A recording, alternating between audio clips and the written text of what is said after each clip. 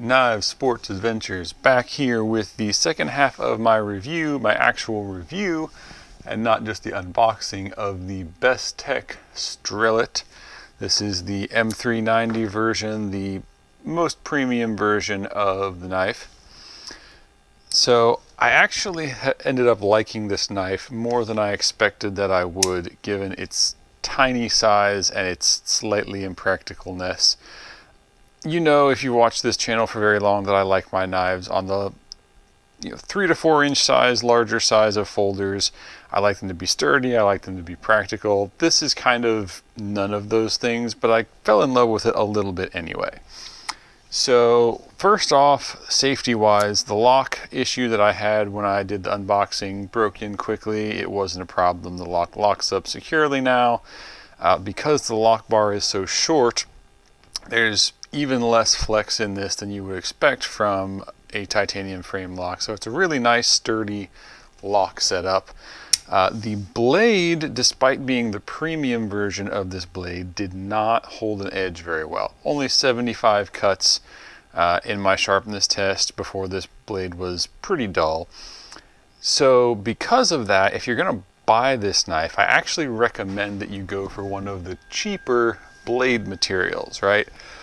They have the Damascene steels, they have a Damascus steel, they have an S35VN steel, all of which are considerably cheaper than the M390, and probably the edge holding is not going to be that much different on a blade this short. I'm suspecting they left the heat treat a little bit soft since this is a push knife, and there's going to be potentially a lot of leverage on the blade as you're using it. So that is probably why that occurred. The flipper action, predictably enough, is fabulous. Part of that's because this is a bearing flipper that only has to flip open 90 degrees instead of a full 180 like a normal knife would. That means the bearings are kind of overkill. It doesn't really need to be a bearing flipper, but because it is, it allows it to be exceptionally smooth. There's a wave function to this blade, that I didn't necessarily notice at first. So when you pull the knife out of your pocket, this kind of naturally catches on the pocket and functions as a wave opener. It almost functions too well. I actually have opened this accidentally a few times when attempting to get it out of my pocket. If you like wave openers, you'll really like it. If you're not expecting it, it might surprise you. So be aware that that is there, and it does function really well. Again, almost too well. When I was doing my extended cutting test with the blade in this position, this did dig into my finger a little bit. It wasn't extremely uncomfortable, but it wasn't the most comfortable knife that I've ever used either. So it's not, really designed to be an extended use knife, but it wasn't too bad. So pretty decent there all around. I really fell in love with this knife. So despite the fact that no one would mistake this for a very practical use knife or even an EDC knife, there is a surprising amount of utility to this little tiny blade, primarily due to the fact that it's got that forward curve to it. So that forward curve, when you're cutting through something, like say you're cutting through a piece of paper or something, it keeps the paper from slipping off the edge of the knife as much as you would expect for a small blade like this. So despite the fact that this is not really anybody's idea of what you would carry for actual use, I ended up liking this more than I thought I would because it was at least somewhat usable. I'm going to get into the disassembly. I have not disassembled this yet, as per usual with most of my videos.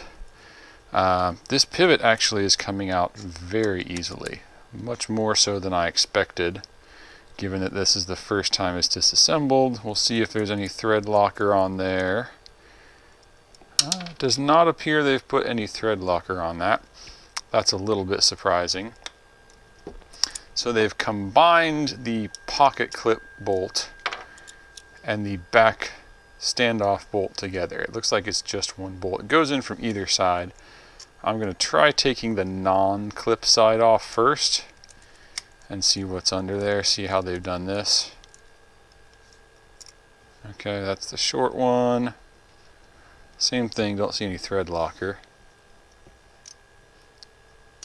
Okay, and it does pop apart that way. I'll take off the pocket clip side too, just to see how the pocket clip is attached there. I suspect it's kind of a machined pocket in there.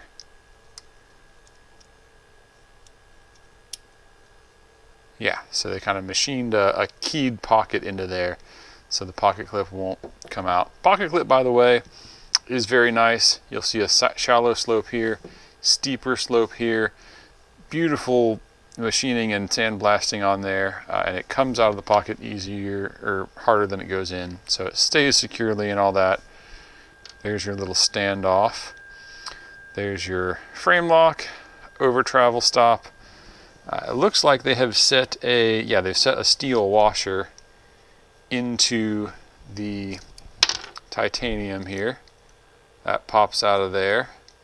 That just keeps the titanium from wearing out as you flip the blade.